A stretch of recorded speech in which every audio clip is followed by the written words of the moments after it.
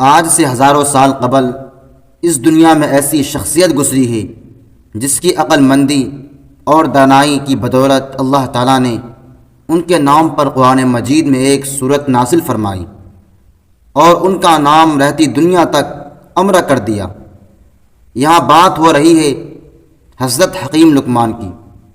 یہ بات واضح نہیں کہ وہ نبی تھے یا نہیں، لیکن وہ ایک بہت ہی عقل مند انسان تھے۔ بہت سی حکایات آپ کے نام سے منسوب ہے۔ کہا جاتا ہے کہ وہ حکمت یعنی میڈیکل سائنس کی معراج پر فائز تھے۔ دنیا میں ایسا کوئی مرض اور روگ موجود نہ تھا جس کا علاج آپ کے پاس نہ ہو۔ سوال یہ ہے کہ اتنی حکمت اور دانائی آپ کے پاس کہاں سے آئی؟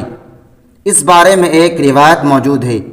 حکیم لقمان ایک درخت کے نیچے سو رہے تھے تو آپ کے پاس ایک فرشتے کی آمد ہوئی۔ فرشتے نے آپ سے کہا، اللہ پاک آپ کو ان دو میں سے ایک تحفے نوازنا چاہتے ہیں، پہلا حکمت و عقل مندی اور دوسرا دولت اور بادشاہت۔ حکیم لقمان نے حکمت و عقل مندی کو چنا۔ جب آپ نیند سے بیدار ہوئے تو آپ نے محسوس کیا کہ آپ کے حواس یعنی آپ کے سوچنے سمجھنے کی صلاحیت تیز ہو چکی ہے۔ آپ ارد گرد موجود پودوں اور جڑی بوٹیوں کو دیکھ کر ان کے فوائد و نقصان جان لیتے تھے۔ کچھ مورخین کا کہنا ہے کہ پودے ان سے باتیں کرتے تھے اور آپ کو بتاتے تھے کہ ہم فلاں مرض کی دوا ہیں۔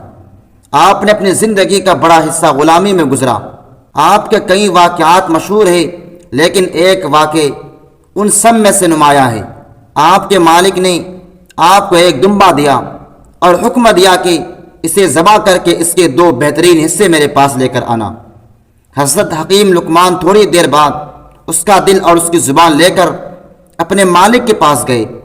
کچھ دن بعد آپ کے مالک نے ایک دمبا دیا اور کہا کہ اسے ذبح کر کے اس کی دو بہترین حصے میرے پاس لے کر آنا۔ آپ تھوڑی دیر بعد حاضر ہوئے اور اس مرتبہ بھی آپ کے ہاتھ میں دل اور زبان تھے۔ آپ کے مالک نے کہا، اے لقمان، یہ کیسے ہو سکتا ہے کہ جو چیز پہلے بدترین تھی اب وہ بہترین ہے؟ آپ نے جواب دیا، اگر ان چیزوں کی مالک میں خلوص اور بھلائی ہو تو یہی چیزیں بہترین ثابت ہوتی ہیں۔ یہ باتیں سن کر آپ کے مالک کے دل میں آپ کا رتبہ اور احترام بہت بڑھ گیا۔ حضرت لقمان نے 1000 سال کی عمر پائی۔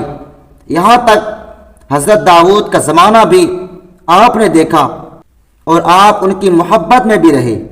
آپ بنی اسرائیل کے مفتی بھی رہ چکے تھے۔